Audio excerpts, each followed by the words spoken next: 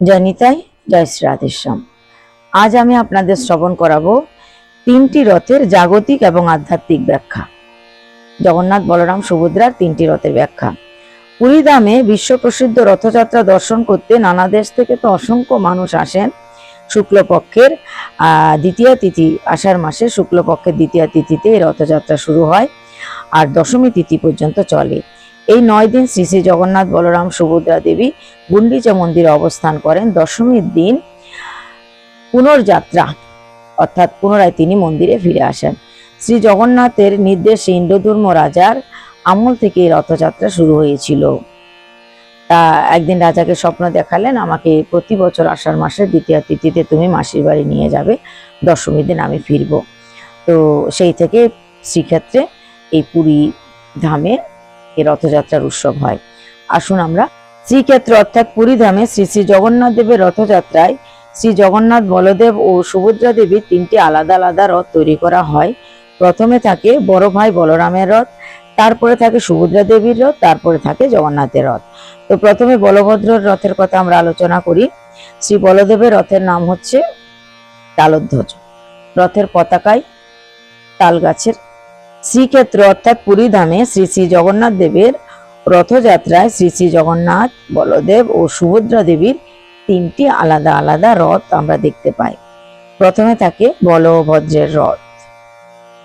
তো এই বলরামের রথে কিসের থাকে চিহ্ন? বলে বলরামের রথের যে পতাকা থাকে সেই পতাকায় তাল গাছের চিহ্ন থাকে, তাই তাকে বলা হয় তালধ্বজ রথ। এই বলরাম একবার শ্রী বৃন্দাবনের একটা বিশাল সুন্দর তাল বন ছিল। সেই তাল বনে অনেক সুন্দর সুন্দর তাল ফলত, খুব খেতে মিষ্টি, কিন্তু সেই তাল বনের তালের স্বাদ কেউ কোনোদিন পায়নি, কোনো ব্রজবাসী পায়নি। তারা দূর থেকে কেবল গন্ধই নিত, এত সুন্দর তাল ফলের গন্ধ। কারো পক্ষে সম্ভব হয়নি সে বনে গিয়ে তাল ফল আরোহণ করবে। তো একদিন কৃষ্ণ বলরাম তার সখাদেরকে নিয়ে, শ্রীদাম, সুদাম, দাম, বসুদাম, যত সখা আছে সব সমস্ত সখাদেরকে নিয়ে তারা যাচ্ছে গোচারণে। তো গোচারণে যেতে যেতে হঠাৎ ওই তালবনের পাশ দিয়ে যাচ্ছে। ভাদ্র মাস, তাল পেকে আছে, তো তাল ফলে খুব সুমিষ্ট গন্ধ।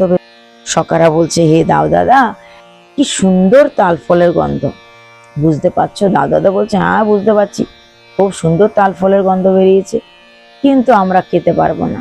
দাও দাদা বলছে, কেন খেতে পারবে না? সুমিষ্ট তাল ফলের গন্ধ বেরোচ্ছে, এই তাল বন বাগান, চলো যাই, খেয়ে নিবে যার যত ইচ্ছা। বলে, না দাদা, এই বনে কেউ যায় না, যে একবার এই বনে ঢুকেছে সে আর ফিরেই আসেনি, তাকে আর পাওয়াই যায় না, তাই এই বনে কেউ যায় না। কেন, ব্যাপার কি? তখন বলছে, দাদা তুমি জানো না, এই বনে এক অসুর আছে যার নাম ধেনুকাসুর, যে গাধার রূপ ধরে থাকে, গর্ধবের রূপ ধরে থাকে। কেবলমাত্র সে নেই, তার বাবা, মা, আত্মীয় স্বজন, ছেলে মেয়ে, কাকা, খুড়ো, জ্যাঠা সবাইকে নিয়ে আছে। তার বংশ এতটাই বেড়ে গেছে, সবাই ওই তাল বনে আছে, যার জন্য আমরা কেউ যেতে পারি না, যে যাবে তাকেই মেরে ফেলবে। হায় দাদা, আমরা কোনোদিনও বুঝি এই তাল ফলের স্বাদ আস্বাদন করতে পারবো না। দাও দাদা বলছে, আরে তোমাদের বলরাম দাদা থাকতে তোমরা এই তাল ফল খেতে পারবে না, এটা কখনো হয় নাকি? চলো আজ তোমাদের ইচ্ছা মতো পেট পুরে তাল ফল খাওয়াবো, আজকে তোমরা অনেক তাল ফল খাবে, চলো। বলরাম দাদা থাকতে ভয় নেই, ভয়ে ভয়ে যেতে চাইছে না কেউ, কিন্তু কৃষ্ণ বললেন, যাও, দাও দাদার সঙ্গে কোনো ভয় নেই, তিনি সর্বশ্রেষ্ঠ যোদ্ধা, তিনি সঙ্গে থাকলে তোমাদের কোনো রাক্ষসকে, কোনো ধেনুকাসুরকে ভয় পেতে হবে। কৃষ্ণ বলরামকে সঙ্গে নিয়ে সমস্ত সখারা ওই ধেনুকাসুরের তালবনে প্রবেশ করলেন। ধেনুকাসুরের তালবনে প্রবেশ করার পরে সখারা দেখতে পেল প্রত্যেক গাছের নিচে অজস্র তাল পড়ে আছে, খুব রসালো মিঠা মিঠা তাল। ছেলেদের আর তর্স হয়, প্রত্যেকে গাছতলে বসে পড়ল, খুব তাল ফল, তালের রস খাচ্ছে তারা। এইদিকে বাচ্চাদের এত গোলযোগ শুনে ধেনুকাসুরের কিছু অনুচর জেগে গেল। অনুচর কিছু এসে এদের সঙ্গে যুদ্ধ করতে লাগলো, কৃষ্ণ এবং বলরামের সঙ্গে, কিন্তু তারা যুদ্ধে হেরে গেলেন। কৃষ্ণ বলরামের সঙ্গে তো কিছুতেই পারছে না। যখন তাদের অনেক জ্ঞাতি, খুড়ো, জ্যাঠা, কাকা বা দলবলের অনেকেই আহত নিহত হতে লাগলো। তাদের মধ্যে একজন গিয়ে ধেনুকাসুরকে খবর দিলেন। ধেনুকাসুর তখন ঘুমাচ্ছিল। ধেনুকাসুরকে খবর দিল, দেখো কৃষ্ণ বলরাম নামে দুজন বাচ্চা বা বালক এসছে, তাদের সঙ্গে আরো ছোট ছোট বালক এসছে, তারা তো এসে তাল ফল নষ্ট করছে, খাচ্ছে, আর আমাদের যোদ্ধাদের হারিয়ে দিচ্ছে। ধেনুকাসুর আর থাকতে পারে, সেই বিশাল গর্দভ রূপ ধারণ করে চলল কৃষ্ণ বলরামের সঙ্গে যুদ্ধ। সামনে এসে দাঁড়ালো কৃষ্ণ বলরামের, খুব যুদ্ধ করছে, বিকট আওয়াজে বলছে, আজ তোদের এখান থেকে যাওয়া হবে না, যমলোকে পাঠাবো। বলরাম দাদাও বলছে, আজ কে কাকে যমলোকে পাঠাবে দেখা যাক, আমিও তোকে যমলোকে পাঠাবো। বলদা তাল গাছ তুলে নিলেন, সেই গর্ধব রূপী অসুর সেও তাল গাছ তুলে নিল।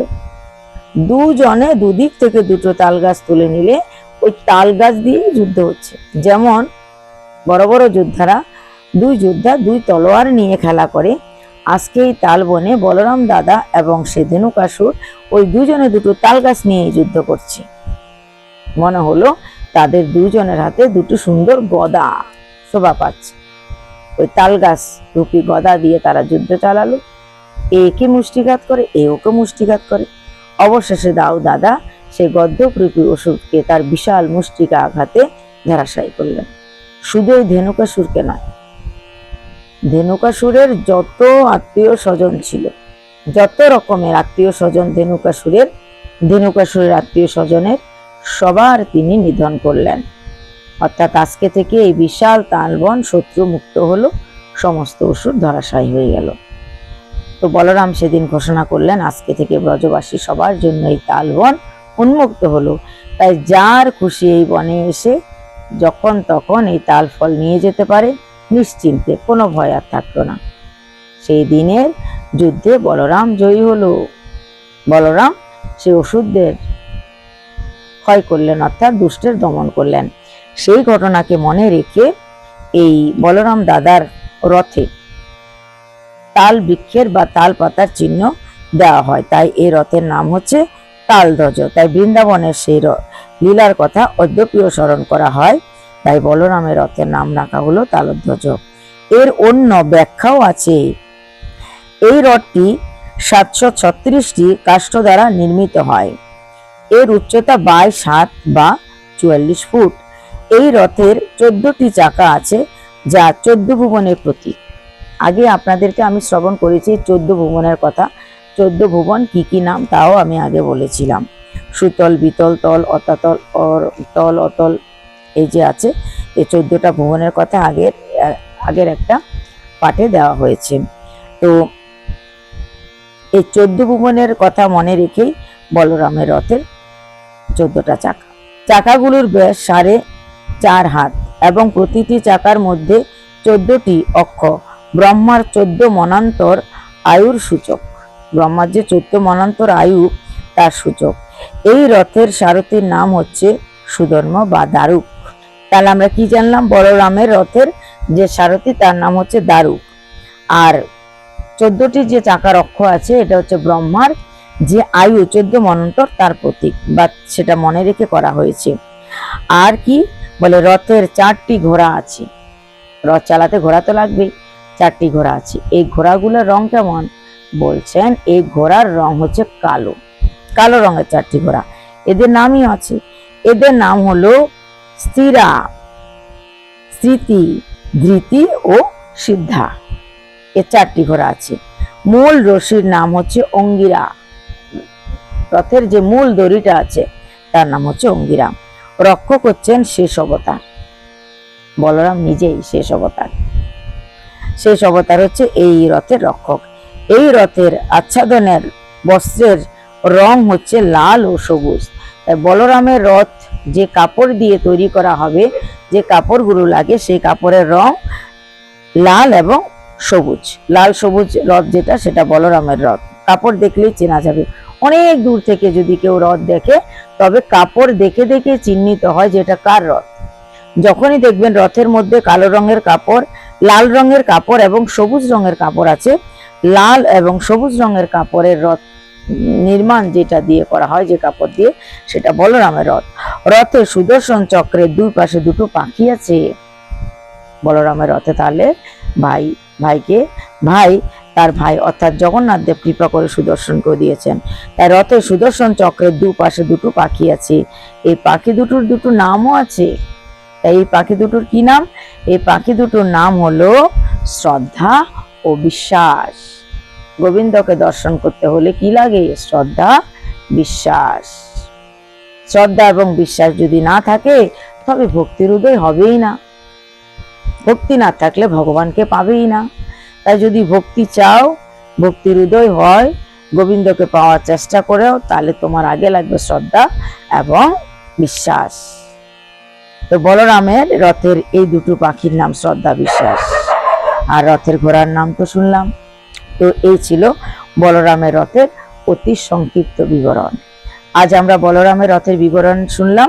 কালকে আমরা শ্রবণ করব সুভদ্রা দেবীর রথের নাম, সুভদ্রা দেবীর রথের রক্ষক, সুভদ্রা দেবীর রথের বর্ণনা এবং দেবীর রথের কাপড়ের রঙের কথা।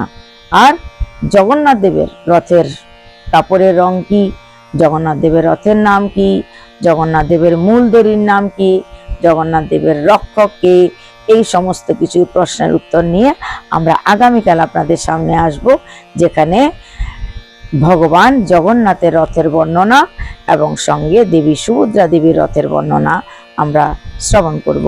আজ এই পর্যন্তই। জয় নিতাই, জয় গৌর, জয় জগন্নাথ, জয় শ্রী রাধেশ্যাম। সবাই ভালো থাকুন, সুস্থ থাকুন, আর শ্রী শ্রী জগন্নাথ দেবের রথযাত্রা উৎসব আনন্দের সঙ্গে পালন করুন। জয় শ্রী রাধেশ্যাম।